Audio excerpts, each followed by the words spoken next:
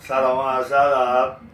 آقا یه سری پیام میدن یا زنگ میزنن دوستان خودمونن تو باشگاه، میگن آقا ما چرا وقتی داشتیم میگیریم وزنمون میاد پام، بچه داشتیم ما قطعش میکنیم وزنمون چند کیلو دوباره شاید هم بیشتر از وزن قبلمون بیشتر میشه.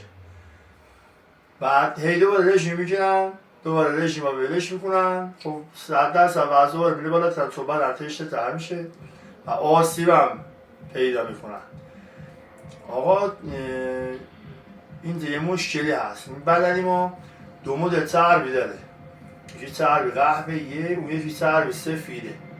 چربی قهوه‌ای تو بدن خیلی مهمه، یعنی اونایی که چربی قهوه‌ای بیشتری دارن یه خبری خوب بگم که چاق نمیشن. چرا؟ چون سوخت سازشون خیلی بالاست.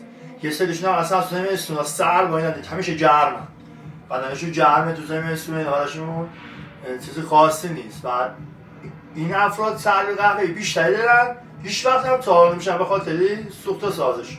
بعد چربی قهوه‌ای چون تل ماشین هست، یه چربی خیلی مفیدی برای بدن هست چون حرارت تولید میکنه. یکی دیگه چربی سفید میشه که اونا فردا شب براتون توضیح